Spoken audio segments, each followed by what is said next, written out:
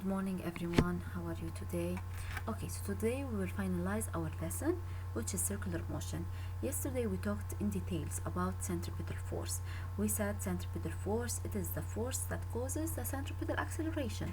So any body that's moving in circular path, we should have a centripetal force, because this is the force that keeps this body in the circular path.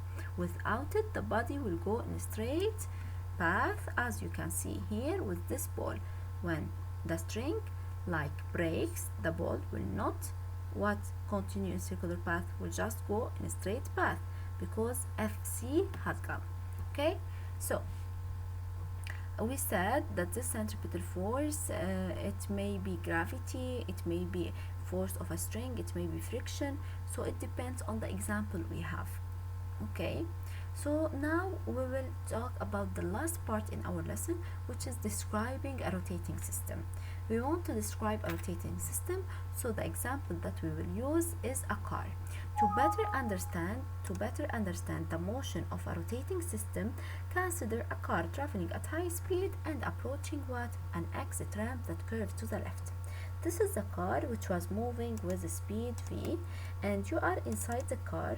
So the dot here, the red dot inside, it represents the passenger inside the car. As the car moves to the left, okay, makes the turn, what do you feel, girls? Okay, imagine the situation. Imagine that you are now inside a car and the car is really moving fast, and suddenly the car takes a turn to the left. Okay, what will happen? Our bodies will move to the right.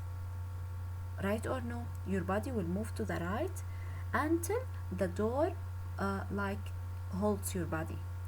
Okay, so maybe for the first while you will think, girls, that there is an outward force which causes your body to move to the right, but in reality there is no outward force at all. Okay, so again, you were moving straight in a car, suddenly the car moves or takes a turn to the left, your body moves to the right. So maybe you will think that there is a force that pushes your body toward the door. Okay, maybe you think that there is a force which is outward, away from the center of the circular path. Here is the center. Okay, so this force, it's not present in reality. Okay, this force, it's known, any force that girls directs outward or away from the center, it's called centrifugal force. So this centrifugal force, or what's known as centrifugal force, it's not present here at all. So what is the reason behind this? Why our bodies move to the right when the car moves to the left or takes a sharp turn to the left? Simply, this is because of inertia. Listen, your body, or you were moving with the car in a straight path. Okay, so initially you were here. So the inertia in your body, you know that every object, every mass has inertia. And what is inertia? I will remind you about the concept of inertia. Inertia is the tendency of an object, okay, if it was at rest, to keep it at rest, if it's in motion, to keep it in its state of motion. Okay, unless there is an outside force or external force. Okay, so inertia of your body is always trying to keep your body in your current state of motion. Okay, so here I was moving in a straight path, and suddenly the car turns to the left. So the inertia of your body tends to keep you in a straight path. Okay, but in reality the car is going how? To the left. That's why your body, okay, seems to go where, or goes to the right. This is only because of inertia. So there is no outward force here. This is only the inertia of your body. Okay, so here for sure I'm talking, girls, in general, in case there is no seat belt, nothing. Okay, because if there is seat belt here, the force exerted by the seat belt, okay, will keep you in your place. Yes. So how does it feel to you during the turn? We said that as the driver makes the sharp left turn, the passenger slides to the right and hits the door. How would you describe the forces acting on you during this turn? So again, we will say that there is no force away from the center, which is called centrifugal force. There is no force, there is no centrifugal force here at all. There is no force throwing us toward the door. So what causes the passenger to move toward the door if there is no force? So this is the inertia. Instead, your inertia causes you to continue in a straight line, okay, until the door, which is turning left, hits you. The car is turning left, okay? So did you get it, girls? You have to imagine here. You are moving in a straight path, okay? The car turns to the left. It means the door is going to the left. The inertia of your body tends to keep you in a straight path. So it's like the door hits you, okay?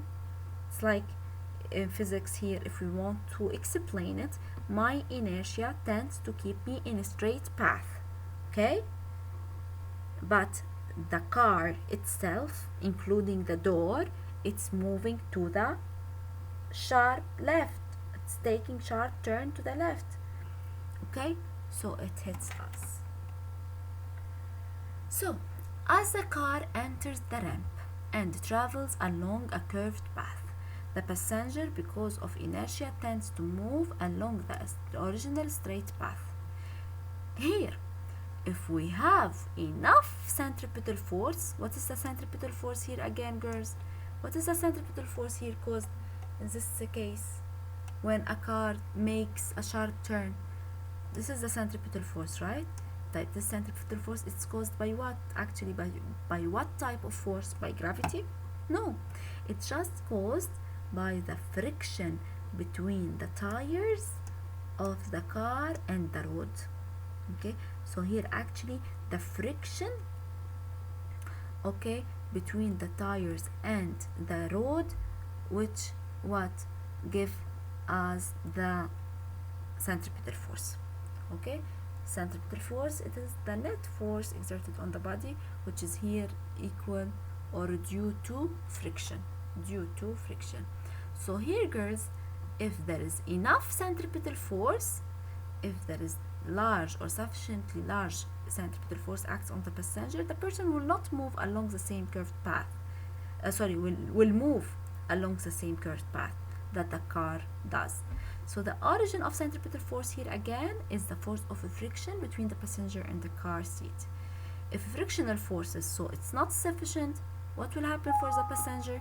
The passenger slides across the seat and as the car turns underneath. So here we have an apparent existence of an outward force, but in reality there is no outward force in circular motion. So this apparent existence of an outward force can be explained as what? Inertia, which is resisting the centripetal force which is toward the center. Clear? Okay, so just repeat the video more than one time to really get the concept. Okay, if you want, here you have an extra exercise to do. Okay, and you have the final answers. This is everything for this section. Thank you.